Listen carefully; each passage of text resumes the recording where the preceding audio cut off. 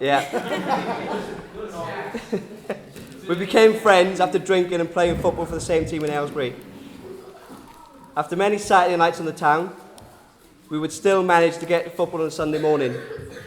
But Borley still won't have it that Ribena is a hangover cure, especially when he threw up all over himself wearing our brand new white kit and turning it purple. I'd like to thank him for being a great friend over the years, organising an excellent stag weekend in Bournemouth. And on that note, Borley asked me to say he's running the kitty tonight. So if you all want to put 20 quid in, you look after it for yourself. And Borley, to keep you occupied for a bit, okay, we got you a couple of small gifts. Well done, Borley. Well done, Borley.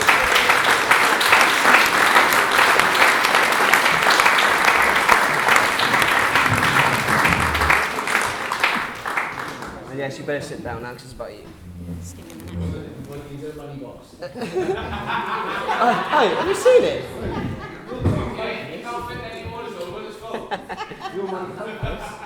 Right, so on to the star of the show, Amy. I hope this speech doesn't get overly long now. If you'll indulge me a little longer, I will tell you how we first met. It all started when I became Amy's boss. I know it doesn't sound good. Amy was well aware of my recruitment policy at CPM. And luckily, she had two great assets that made her stand out from the rest. Work ethic. I knew she was the one for me when she actually paid money to charity just for me to sit with her. And who would have thought that nearly 5 years later, we would be here? What a wise investment. Amy knew I was a bit of a catch. And being a bit of a rebel, she thought she would bring me home. I can only imagine what Ivan and Tracy thought when she said, I'm going out with this guy, he's 30-ish, he's married, he's got two kids, plays football and is Welsh. I know. Luckily, I was just what Amy needed to sort her out. No more egg chasers and some quality Welsh blood in the Carmack family.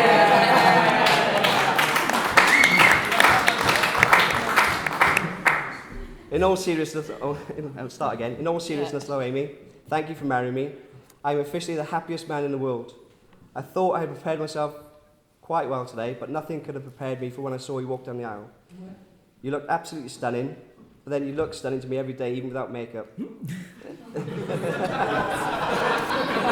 laughed at something while you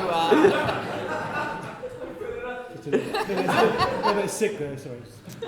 I love you because you know. I love you because you know and understand me like nobody else could. Help me through some tough times, and because you're a wonderful mum to Morgan and stepmum to Bethany and Jack. I'm devoted to you, and I love you with all my heart. People do say that today will be the happiest days of our lives, which kind of suggests it's downhill from here. But with you, I know that every day will just be a happy one as this. So, ladies and gentlemen, please be upstanding for the most important toast of all, to you, Mrs. Elsie, my wife, Amy. Amy.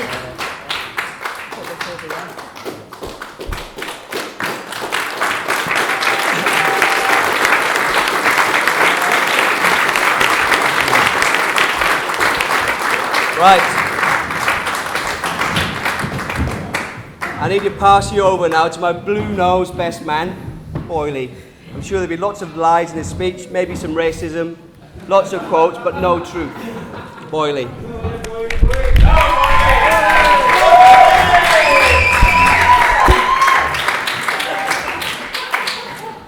Okay, good evening, ladies, gentlemen, family, and friends. My name is Jeff. Before I start, I've been asked by Rob to speak as slowly and as clearly as possible for some of our guests.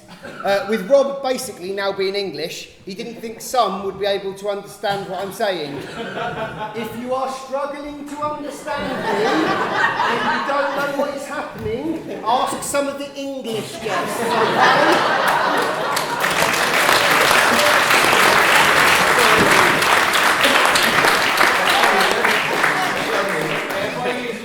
For those of you that don't know me, my name is Rich or Boyley, and I've been given the honourable task of being Rob's best man.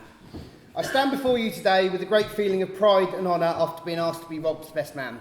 It's a role I've done a few times before, but a role I take seriously and feel privileged to have been asked. I've been told in my research for this speech, which required me to look at a variety of websites, that a good speech is like a miniskirt, short enough to arouse interest, but long enough to cover the essentials. So here goes. On behalf of the bride and groom, may I thank everyone for making the journey to this amazing venue. People have travelled some distances to join us in their special day, and for that we thank you. Weddings are amazing days, days filled with love, laughter and emotion. So emotional, in fact, even the cake's in tears.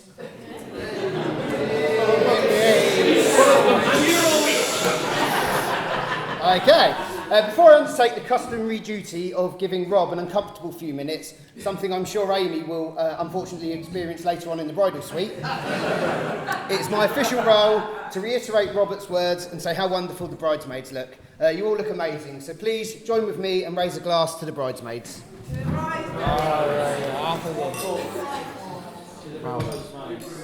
They are only eclipsed by Amy herself, who I'm sure you will all agree looks absolutely stunning, and Rob is a very lucky man.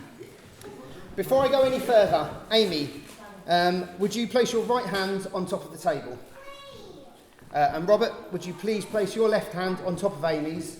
And please do not move. All will be revealed shortly. So, where do I start? Like I said, I take this role very seriously, so I wanted to get the speech just right. So, some marriage advice for you both. Firstly, set the ground rules and establish who is boss. And then do everything Amy says. Always remember to tell Amy the three most important words, Rob. You're right, dear. Okay, Amy, a husband is like a tiled floor. Lay it right the first time and you can spend years walking all over it. And Rob, remember the 4 rings. The engagement ring, the wedding ring, the suffering and the torturing. Okay, so myself and Rob have known each other for about 15 years. I've seen him grow from a skinny, uncoordinated, innocent Welsh boy into a football thug, a combative midfielder, a doting dad to his 3 amazing children, Bethany, Jack and now little Morgan. He's been a master baker, a manager, a football coach, a role model, a good friend, and now a loving husband. My main link with Rob is through football, and we have played together on the same team for the majority of those 15 years, and it's been an experience. He's fiery, to say the least. He likes a battle and would probably describe himself as a hard man. Unlike the time when Julian was awoken by Rob and his cousin Christian saying, "Get tooled up, it's kicking off." Still half asleep, Julian arose and grabbed his baseball bat, as you do, and followed them to a house down the road where a lot of shouting, swearing and threatening behaviour was happening. Rob was bouncing around like Zebedee, psyching himself up when from around the corner the blue lights appeared and the sirens blazing. As the police pulled up, Julian turned to Rob to say, "Let's get the hell out of here."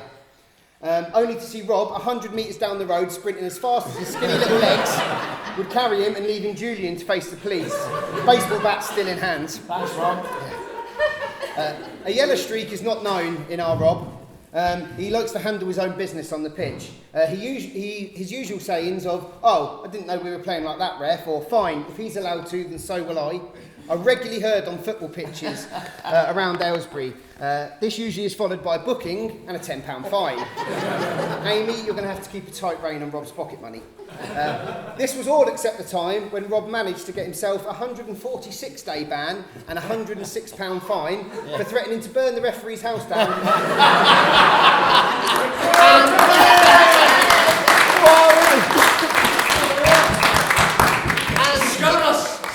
Acquisition. Eat his children. So I feel I'm painting Rob in a bad way. Well, that's kind of my role. His experience of being arrested at his beloved Cardiff... Sorry, boys, sorry. Swansea City, my mistake, was a particular high point. I received a phone call at about 9 a.m. one Sunday morning from Rob. Not unusual, as either me or him had forgotten to wash the kit, or we were too drunk to drive. He asked me if I was near Nottingham. Of course I wasn't. We were due to play football within an hour. His reply, and rather unsurprising to me, came, I've just been released from a Nottingham police station after being arrested at the Swansea match for over-celebrating in an aggressive manner. I'm stuck in Nottingham and can't get home. I obviously declined the offer to be his taxi. I relayed this story to the boys in the changing room about an hour later, and we were equally amused that this quiet, shy, retiring Welshman had been arrested. I mean, who in their right mind would get overly excited about Swansea City? Let alone if they scored a goal. So I'm going to be off the shot of this. Maybe it was out of shock.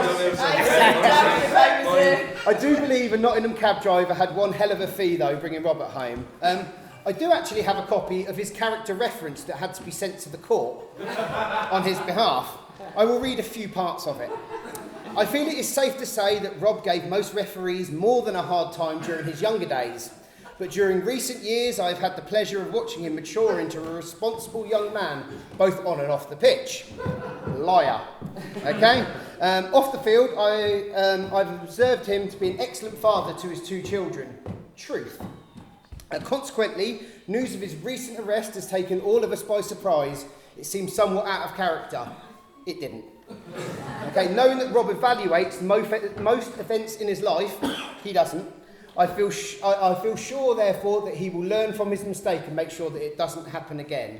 I've been assured that that hasn't happened again up till now. We will see. Lie. Whoever he's paid to write that, it was good money well spent. It's not really my place to embarrass Rob in front of his own family, his new family, and his friends. I'm sure that many a Welshman around this room will be able to do this with far better than me and with more humiliating consequences. I've been informed that the cost of one of these stories is just a pint of lager. So feel free to buy them one for a chance of hearing a story about our Robert. They are easily identifiable. They are the ones that are speaking strange English. Okay?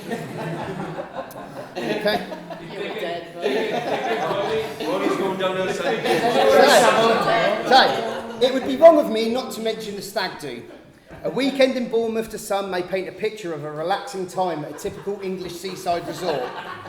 Not for us. Having Ginger Gary Monk collared every 5 minutes, from 16 lads in mixed football shirts and Ivan in a rugby shirt, being asked to be quiet or leave a pub before everyone's breakfast has been served, downing bottles of hooch through a beer bong, licking people, Julian. A hotel which served 3-day-old boiled eggs with dry toast and dairy cheese slices for breakfast, and 4 naked Welshmen having a shower together at 8:30 a.m. in the morning. Luxury! And at which point everyone else in the hotel deadlocking their doors for fear of them coming in to give them a wake-up call. Okay, at this point, I have something to let everyone know. I've thought long and hard about whether to divulge this information. After all, what goes on tour stays on tour. Law of the stag and all that, but I feel this is the time. Ivan, after much consideration, I've decided to take you up on your exceptionally kind offer of free contact lenses and eye care for life. The generosity of this man to make this offer to a loyal customer at 3:30 a.m. on a Sunday morning in Bournemouth is unthinkable. The kindness that you have shown me in this offer will hold a dear place within my heart. You do remember this, don't you? Okay, good, because I've cancelled my direct debit and will form the Wendover branch of your generosity. What a man. In fact, ladies and gentlemen, I'd like you to raise your glasses to free contact lenses. We did have a great time. Some wimped off early, mentioning no names, Julian and Nikki.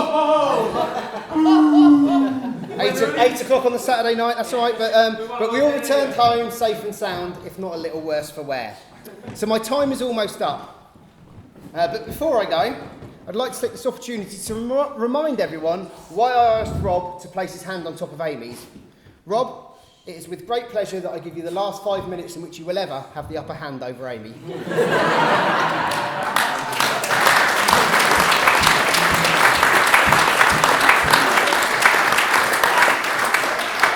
At this point, I feel I should give some final marriage advice to Robert. I thought long and hard about how to make him understand this, so I've compared it to football. 1, make sure you're committed every week. 2, scoring every once in a while will help confidence. 3, when Amy parks the bus in front of goal, change your tactics and start on the 2 big uns up top.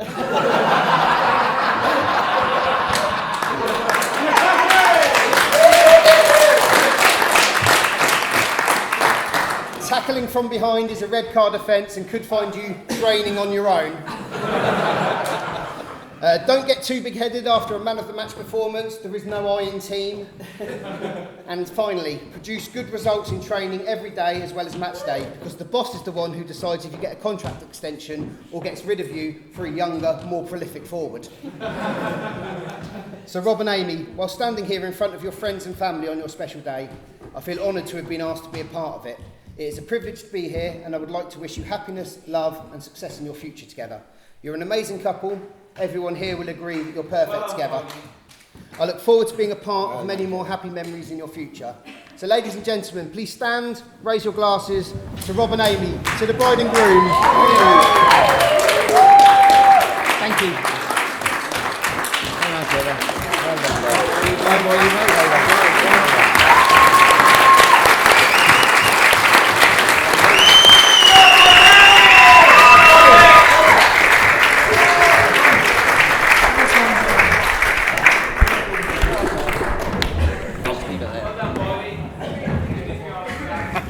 and gents. Next up, I introduce the father of the groom, Des.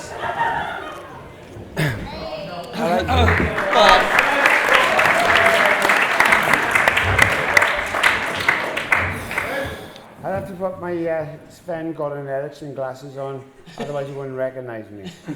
Right, I'll have to start by saying Bore da, croeso, Nadolig llawen, blwyddyn newydd dda. Where's Jeff?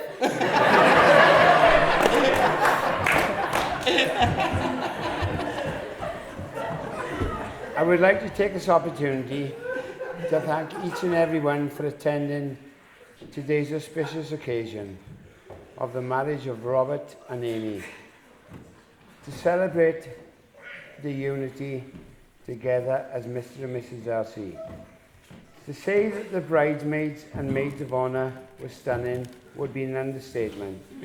Well done to everyone involved in attaining such a wonderful, well, it was fantastic. To say that the venue for today's wedding ceremony was outstanding would be an understatement. Excellent choice indeed. Although my personal preference would have been the Liberty Stadium Swansea, but as one voice you would hear, who are we?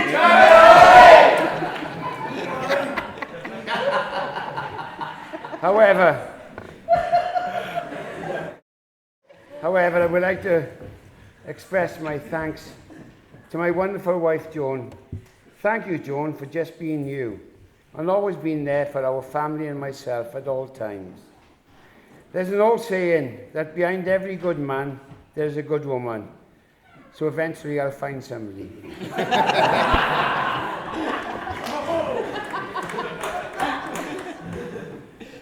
To my sons, daughter-in-laws, grandchildren, relatives, and friends of our family, thank you all for coming and attending the venue.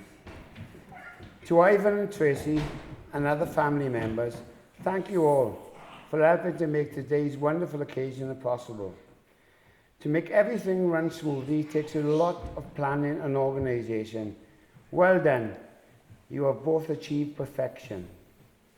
To all our new family members, after Robert and Amy's union, a very warm welcome is extended to everyone, and long may our kinship thrive and prosper. And finally, to the main players, Robert and Amy, God bless you both as you step out to be together as man and wife and as a family. Good luck, good health, good fortune. Come on, you Jets!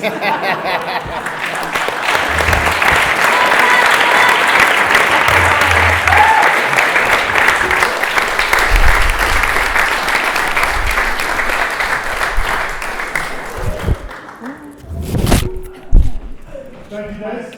I've no idea what to say, but thank you. I'd now like to introduce Ashley and Charlotte.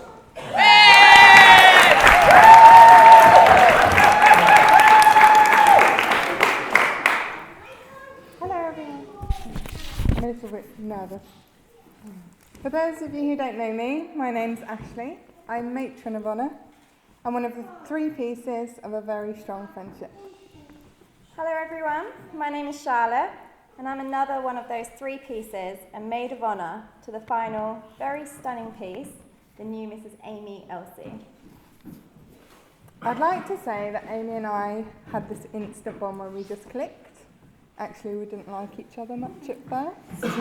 But thankfully, I was such a level-headed and mature 18-year-old that I gave her a chance and we actually spoke. Amy and I actually met when a boy was double dating us, which didn't end up too good for him because we became the best of friends from it.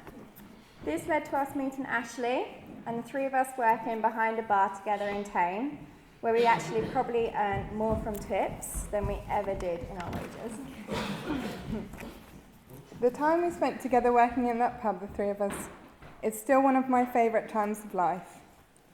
Amy and I may not have been childhood friends. We didn't go to school together. We never braided each other's hair.